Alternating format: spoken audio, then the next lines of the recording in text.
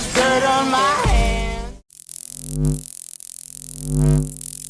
So ito, tirahin natin ito, 5 scary videos you never watch apart from. So ito ay sa channel ng Goose Pimples. Di ba? So Goose Pimples, subscribe nyo ang Goose Pimples. So tirahin natin ito bago pa tirahin ng iba. Abandoned villages at stupid o'clock always sounds like a cliche opening for horror movies. But what happens when those jump scares are not the result of a special effects team? But this one in particular had him wondering whether or not he would get out of there alive. It happened suddenly in 1984. Nakpo, Of course, 1984. with such an eerie history, Takanouchi couldn't help but explore it alone at night.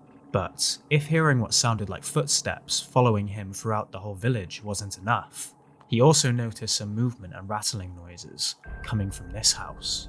And that's when his cameras caught something you'll hope only exists in your nightmares. Take a look.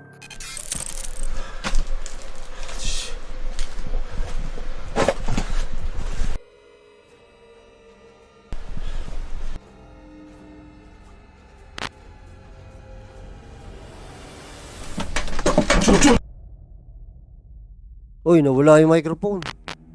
He already had a bad feeling about the mirrors, but it looks like his gut instinct was right.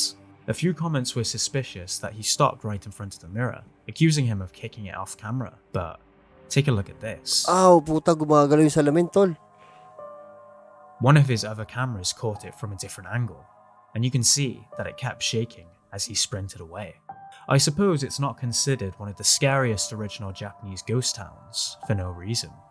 To watch the video in full and more content like this, be sure to subscribe to Takanouchi Camera on YouTube. Number 4. The Gallery. Pakita yung yung salamin gumagalaw. Grabe naman yun. Takot ako sa salamin talaga tapos gagalaw pa. Tangina yan. Basagin ko yun.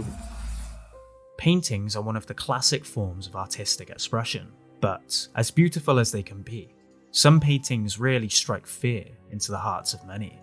And if you're unlucky enough to be in Ryan's shoes, the fear of paintings would soon become more than just a harmless phobia.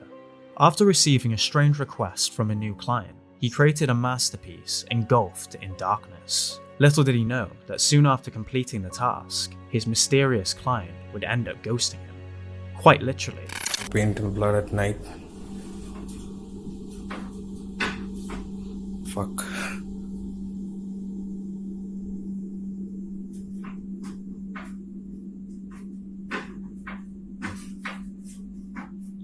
Takot naman yung mga naka-drawing. Uy, parang may nakaitim dun.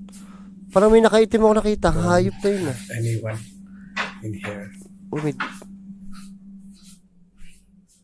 Gago, gumagalaw yung painting. After hearing some strange noises coming from his art studio, Stupid O'Clock, and finding nothing there, he decided to grab his phone and prove to himself that he's not going crazy.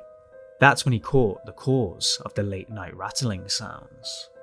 Skeptics might call it off as a string, or a breeze, or something hidden behind Kala ko the may camera nakatayo shaking it. But we get a full pan around the room and a close look behind the painting. There is nobody in sight, no strings to be seen, and none of the other paintings are moving. So how could this be happening? Let us know what you make of this one in the comment section. Oh, number 2 na tayo. Number 2. Housebound. Home is supposed to be the place where all your troubles melt away, but for Jerry Bruce, it's no comfort. His home is his own worst nightmare. One night while sleeping peacefully, he and his wife were awoken to the sound of a door closing in their house. When they went to inspect, they grabbed their baby and fled. Why? Let's watch. Ay, ayoko na manika. Ito na, manika. Parang nakita na natin to. Oh.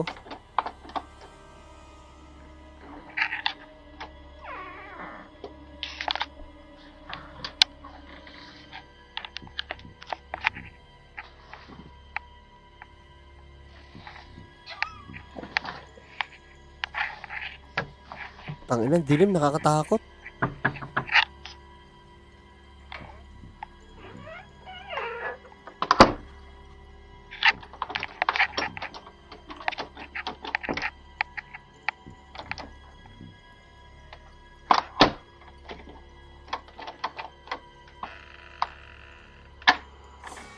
May umiikot dun sa loob, oh. Gago, ang tapang nito, hindi tumatakbo. Kung kaya tatakbo na ako. I don't know if everybody can see this and I've done it.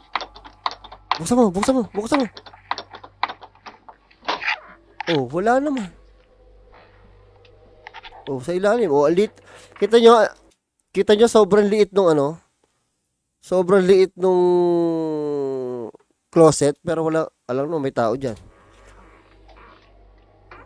I don't know about y'all, but I'm getting the hell out of here. Some commenters seem to believe they could see somebody's hand grabbing the handle. But after a few close rewatches, there is nobody hiding in the cupboard, or outside of it for that matter.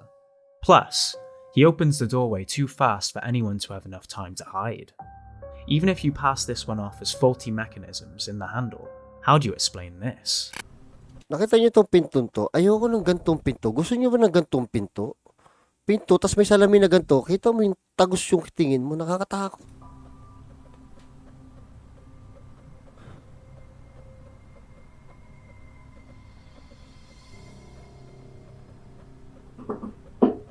Unless there was a weird mechanism installed in this guy's front room, there's no way that ball could have flung itself upwards like that. Something strange must be going on here. Especially when you take a look at this following clip.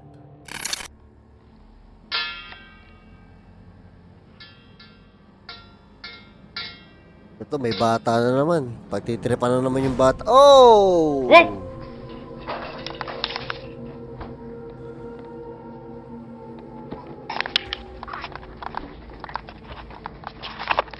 Maybe it's a poltergeist, or maybe it's some kind of incredible engineering. What do you think? Number Pati yung laruan tumumba eh, no?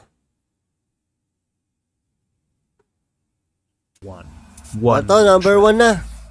The footage we are about to play is exceptionally upsetting and potentially triggering, as it shows an innocent woman's final moments alive. If you're sensitive to this kind of content, we suggest you give this one a miss. If you're still watching, this is where the true horror begins. While working for Uber, Christy Spikuza accepted a trip that she had no idea would be her last. Hi, Leia. How are you today?